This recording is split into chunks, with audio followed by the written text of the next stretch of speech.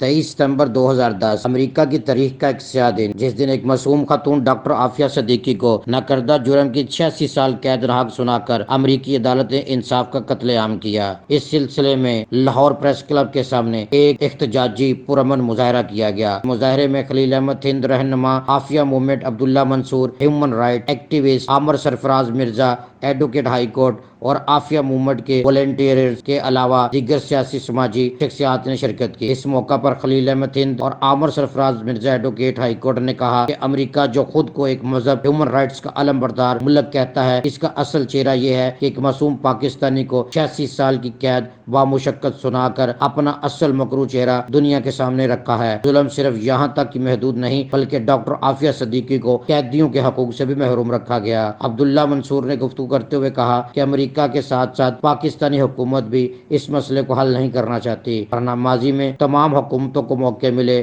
کہ وہ ڈاکٹر عافیہ صدیقی کا تبادلہ کر کے انہیں پاکستان لے کر آتے۔ اس موقع پر مزید سیاسی اور سماجی شخصیات اور عامر سرفراز مرزا ایڈوکیٹ ہائی کورٹ نے گفتگو کی اور عہد کیا کہ ڈاکٹر عافیہ کی رہائی تک چین سے نہیں بیٹھیں گے اور حکومت کو احساس دلانے کی جدوجہد جاری رکھیں گے۔ آخر میں ملک و ملت کی سلامتی کے لیے دعائیں کی گئیں۔